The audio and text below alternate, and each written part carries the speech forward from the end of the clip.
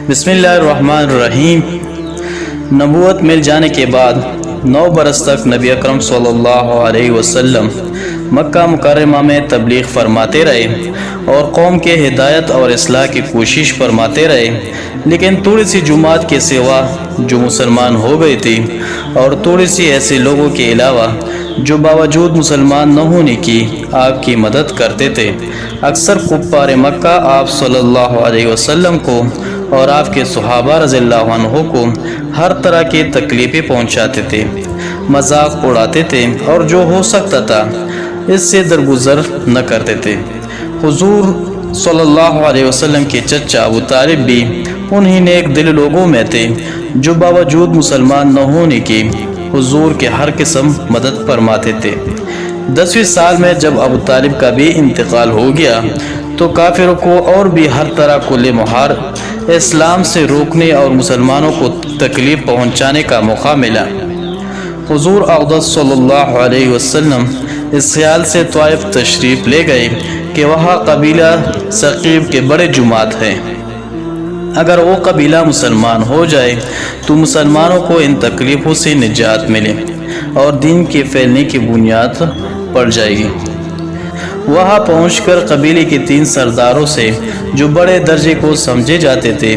گفتگو فرمائی اور اللہ کے دین کی طرف بلایا اور اللہ کے رسول کی یعنی اپنے مدد کی طرف متوجہ کیا، مگر ان لوگوں نے بجائے اس کی کہ دین کے بات کو قبول کرتے یا کم از کم عرب کے مشہور مہمان نوازی کے لحاظ سے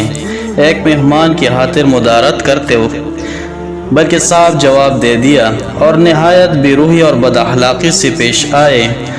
ان لوگوں نے یہ بھی گوارا نہ کیا کہ آپ صلی اللہ علیہ وسلم یہاں قیام فرما لیں۔ جن لوگوں کو سردار سمجھ کر بات کی تھی کہ وہ شریف ہوں گے اور مہذب گفتگو کریں گے، ان میں سے ایک شخص بولا کہ آپ ہی کو اللہ تعالیٰ نے نبی بنا کر بھیجائے۔ دوسرا بولا کہ اللہ تعالیٰ کو تمہارے سوا کوئی اور ملتا ہی نہیں تھا جس کو رسول بنا کر بھیجتے۔ تیسرے نے کہا کہ میں تجھ سے بات کرنا نہیں چاہتا، اس لیے اگر تو واقعی نبی ہے جیسا کہ دعویٰ ہے تو تیری بات سے انکار کر دینا مصیبت سے خالی نہیں، اور اگر جھوٹ ہے تو میں ایسے شخص سے بات کرنا نہیں چاہتا۔ اس کے بعد ان لوگوں سے نا امید ہو کر حضور اکرم صلی اللہ علیہ وسلم نے اور لوگوں سے بات کرنے کا ارادہ فرمایا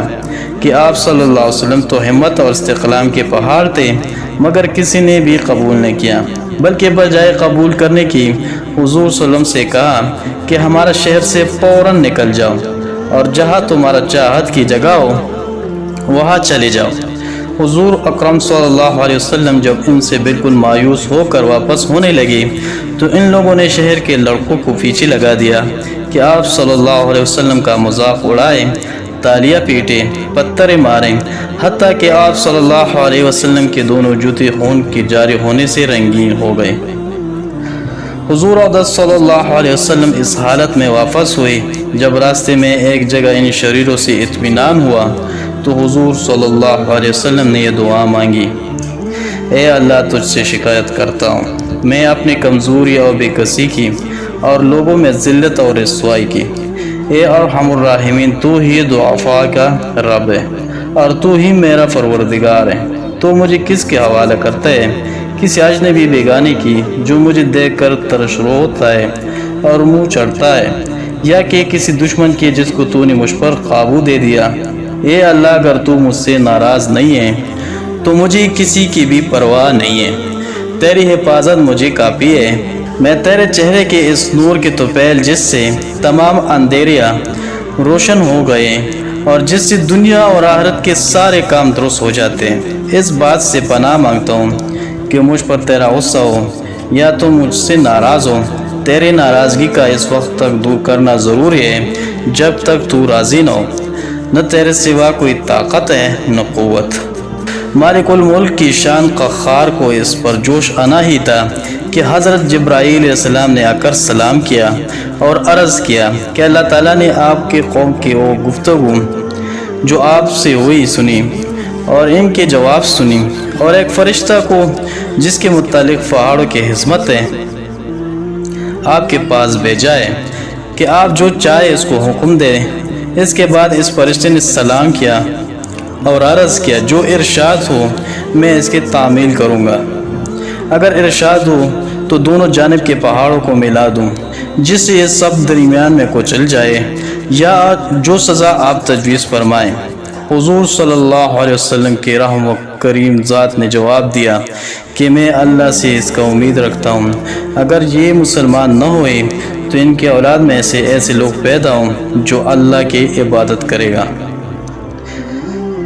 بس میرے دوستو، یہ ہے اخلاق اس کریم ذات کی جس کے ہم لوگ نام و لوا ہیں کہ ہم ذرا سی تکلیف سے کسی کو معمولی سی گالی دینے سے